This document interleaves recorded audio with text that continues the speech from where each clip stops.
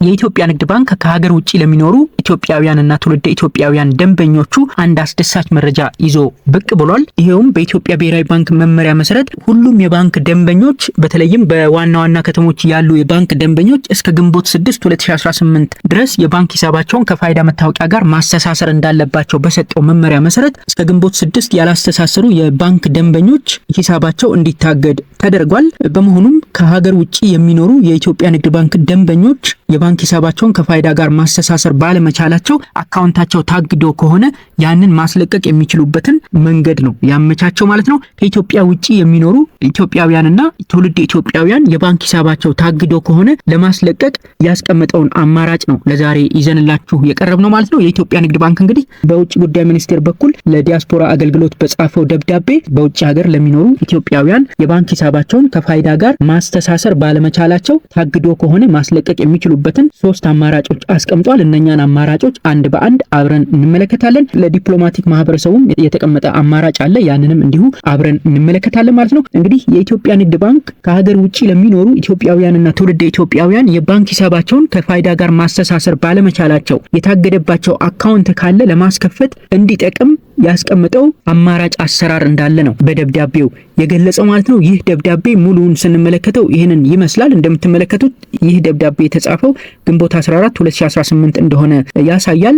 በኢፌዴሪ የውጭ ጉዳይ ሚኒስቴር ለዲያስፖራ አገልግሎት ይላል። ጉዳዩ የዲያስፖራ ደንበኞች የባንክ ሂሳብን ከፋይዳ መታወቂያ ጋር ማጣመርን ይመለከታል ነው የሚለው። የኢትዮጵያ ብሔራዊ ባንክ ባወጣው መመሪያ መሰረት በዋና ዋና ከተሞች የሚገኙ የባንክ ቅርንጫፎች የተከፈቱ የባንክ ሂሳቦች ከፋይዳ መታወቂያ ጋር ማጣመር ያለባቸው መሆኑን በመግለጽ እስከ ግንቦት 6 2018 ማጣመር ያልቻሉ ደንበኞች ሂሳባቸውን ማንቀሳቀስ እንደማይችሉ ለሁሉም ባንኮች በደብዳቤ ያሳወቀ መሆኑ ይታወቃል ነው የሚለው። ከዚሁ ጋር በተያያዘ የኢትዮጵያ ብሔራዊ ባንክ በልዩ ሁኔታ መኖሪያቸውን ከኢትዮጵያ ውጭ ያደረጉ የፋይዳ መታወቂያ ማውጣት ያልቻሉ ኢትዮጵያውያንና ትውልደ ኢትዮጵያውያን የባንክ ደንበኞች በጊዜያዊነት የሚስተናገዱበትን አኳኋን አሳውቀውናል ነው የሚለው። እንግዲህ የኢትዮጵያ ብሔራዊ ባንክ ከሀገር ውጪ የሚኖሩ ኢትዮጵያውያንና ትውልደ ኢትዮጵያውያን ለፋይዳ መታወቂያ ቢመዘገቡም ባይመዘገቡም ከሀገር ውጪ ከሆኑ የባንክ ሂሳባቸው እንዳይታገድ መመሪያ መስጠቱን ነው የሚያሳየው። እዚህ ጋር በአማራጭ መንገድ የሚስተናገዱበትን አኳኋን አሳውቀውናል ይላል። በመሆኑም መኖሪያቸውን ከኢትዮጵያ ውጪ ያደረጉ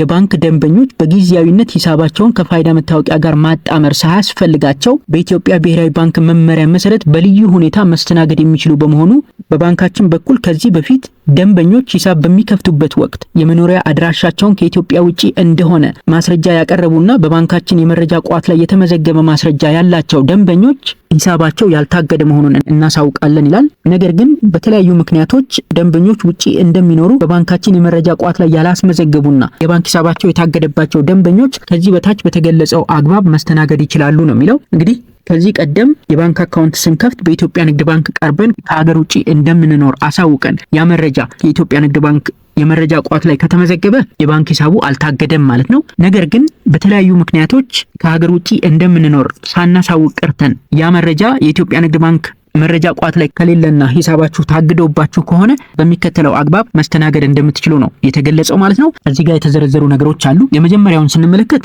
መኖሪያቸውን ከኢትዮጵያ ውጪ ያደረጉ ኢትዮጵያውያንና ትውልደ ኢትዮጵያውያንን በተመለከተ ለፋይዳ ያልተመዘገቡ ወይም ተመዝግበው ከሀገር ውጪ ከሆኑ በህጋዊ ወኪሎቻቸው አማካኝነት እግዱን ለማስለቀቅ ከኢትዮጵያ ውጪ መኖራቸውን የሚገልጽ ማስረጃ ማቅረብ አለባቸው ይላል። ለምሳሌ የትምህርት ማስረጃ፣ የሕክምና ማስረጃ፣ የውጭ ሀገር መንጃ ፈቃድ፣ የመኖሪያ ፈቃድ ወይም ደግሞ የሎ ካርድ እንዲሁም የስራ ፈቃድ በህጋዊ ወኪሎቻቸው በኩል ማቅረብ ከቻሉ የባንክ እገዳው ወይም ደግሞ አካውንታቸው ከእገዳ እንደሚለቀቅ ነው የሚገልጸው ማለት ነው። ይህንን ማስረጃ ይዘው የሚሄዱ ወኪሎች ግን በህጋዊ አካል የተረጋገጠና በውጭ ሀገር እንደምትኖሩ የሚገልጽ የውክልና ማስረጃ ይዘው መቅረብ ይኖርባቸዋል ማለት ነው። ስለዚህ እነኚህም ማስረጃዎች በህጋዊ ወኪሎቻችን በኩል ማቅረብ ከቻልን የባንክ አካውንታችን እገዳ ሊነሳልን ይችላል ማለት ነው። ይህንን ማወቅ ይጠበቅብናል። ነገር ግን ዩናይትድ አረብ ኤሚሬትስ የምትኖሩ ኢትዮጵያውያን አቡዳቢና ዱባይ ላይ የፋይዳ መዝገባ ተጀምሯል። የፋይዳ መዝገባቸውን እዛው በማጠናቀቅ ኦንላይን ከፋይዳ መታወቂያችሁ ጋራ የባንክ አካውንታችሁን ካላችሁበት ሆናችሁ ማስተሳሰር ትችላላችሁ ነው የተባለው። በዛ ምክንያት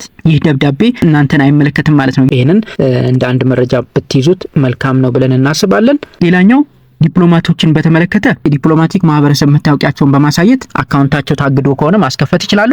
ወይም ደግሞ አካውንቱ ሲከፈት መጀመሪያውኑ በዲፕሎማት መታወቂያ ከሆነ እግዱ እንደተነሳላቸውና አካውንታቸውን መጠቀም እንደሚችሉ ነው የሚገልጸው። እንግዲህ ሌላኛው ከኤምባሲ በመጣ የኢሜል ማረጋገጫ ይላል። ከላይ ያለውን አንደኛውን አማራጭ መጠቀም የማትችሉ ከሆነ በህጋዊ ወኪሎቻችሁ በኩል አስፈላጊ መረጃዎችን ለባንኩ መላክ የማትችሉና አካውንታችሁን ማስከፈት የማትችሉ ከሆነ በዛኛው አማራጭ ሶስተኛ ላይ የተቀመጠውን አማራጭ መጠቀም ትችላላችሁ። ኤምባሲ ሄዳችሁ ኤምባሲው እዛ እንደምትኖሩ ማረጋገጫ በኢሜል ለኢትዮጵያ ንግድ ባንክ ተላከ እግዱ በጊዜያዊነት እንደሚነሳላችሁ ነው የሚገልጸው። ሶስተኛውንም መጠቀም የማትችሉ ከሆነ ይሄኛውን አማራጭ ደግሞ መጠቀም ትችላላችሁ። አካውንት የከፈታችሁበትን ቅርንጫፍ የምታውቁ ከሆነና የዛን ቅርንጫፍ ስራ አስኪያጅ የምታውቁ ከሆነ ኢሜል አድራሻውን ፈልጋችሁ አስፈላጊ ሰነዶችን ለቅርንጫፉ ስራ አስኪያጅ ኢሜል በመላክ አካውንታችሁን ማስከፈት እንደምትችሉ ይናገራል እዚህ አራተኛ ላይ። ያም ካልሆነ በዲያስፖራ ባንኪንግ ኢሜል አድራሻ አስፈላጊ ሰነዶችን በዚህ diaspora banking@cbe.com.et ላይ በመላክም አካውንታችሁን ማስከፈት እንደምትችሉ ነው የተገለጸው ማለት ነው። ስለዚህ እነኚህን አማራጮች በመጠቀም እንግዲህ ከሀገር ውጪ የምትኖሩ ኢትዮጵያውያንና ትውልደ ኢትዮጵያውያን የኢትዮጵያ ንግድ ባንክ ሂሳባችሁን ማስከፈት ትችላላችሁ ብዬ አስባለሁ። እንግዲህ የኢትዮጵያ ንግድ ባንክ ለደንበኞቹ ያስቀመጠው ጥሩ